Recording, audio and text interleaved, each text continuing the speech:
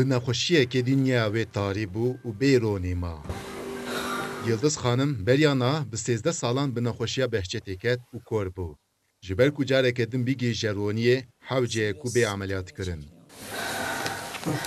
Yıldız Xanim û dayîka wê bi hêviya alîkariyê bangî rayedaran dikin. İşte 13 salım mı cevap kayıp giriyor. Çünkü doktor ümitte işte ona göre para lazım. Hayırsever az yardım dixwazim dest xibret diriş ki ne olur az ameliyatım. Hasret serçavi zarıxımı, ciyaxımı. Adujim dixwazim yardım ek bunu çavi bebe.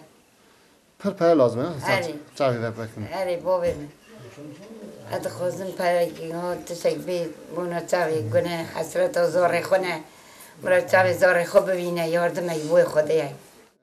Az bir dixwazim bu. Yıldız Xanim diyar dike ku piştî çavên wê kor bûne, mêrê wê dev ji wê zarokên wê berdane. Ji ber vê yekê jî dixwaze dinya wê ronî bibe û carekê din rûyê zarokên xwe bibîne.